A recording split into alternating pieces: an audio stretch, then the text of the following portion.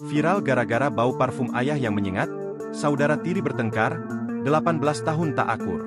Tuhah, seorang perempuan berusia 34 tahun, melaporkan kakak tirinya, RS, ke Polsek Mulyorejo dengan tuduhan penganiayaan.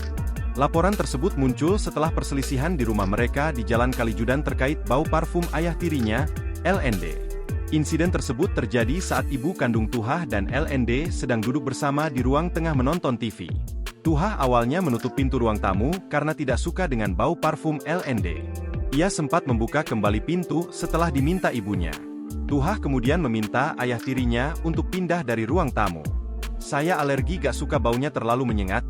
Rasanya pingin muntah," ujar Tuhah. Mendengar permintaan tersebut, LND marah dan melemparkan baju ke arah Tuhah.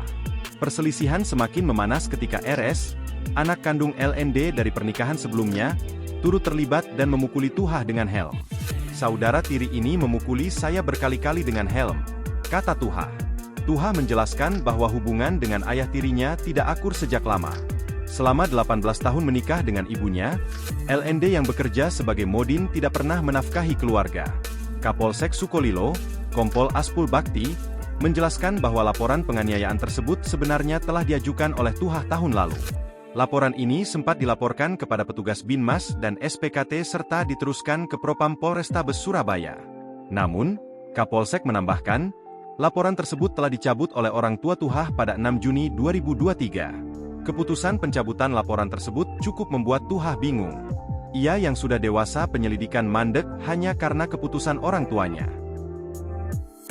Download Tribun X sekarang, menghadirkan lokal menjadi Indonesia.